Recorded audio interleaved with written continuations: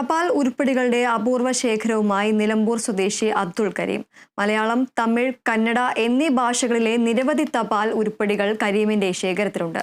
ഒരു അണയുടെ തപാൽ കാർഡ് മുതൽ ടെലഗ്രാം ഉരുപ്പടി വരെ ഇതിൽ ഉൾപ്പെടുന്നു.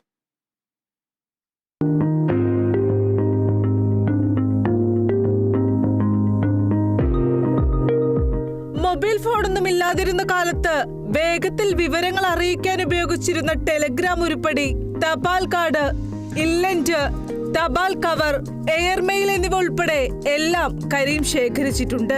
70 വർഷത്തോളം പഴക്കമുള്ള കാർഡുകളും ഇല്ലന്റുകളും ഇവയിൽ ഉൾപ്പെടും.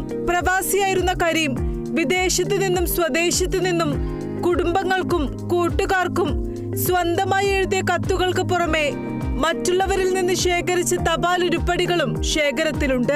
ഡിജിറ്റൽ യുഗത്തിൽ കത്തിടപാടുകൾ അപ്രസക്തമാണെങ്കിലും പുതുതലമുറയ്ക്ക് പരിചയപ്പെടുത്തുക എന്ന ലക്ഷ്യത്തോടെയാണ് ഇവ സൂക്ഷിക്കുന്നതെന്ന് കരീം പറയുന്നു.